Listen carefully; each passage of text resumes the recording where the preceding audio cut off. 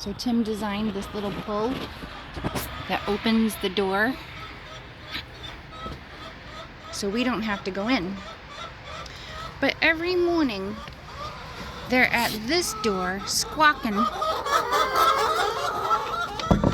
and I never ever let them out this door.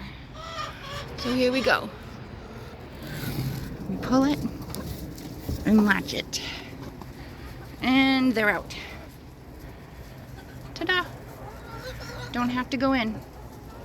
And then we have the little trap door to throw in scraps, because these guys are food driven and they will surround you and not let you out unless you have food. So we just make it easy. A door and a pulley.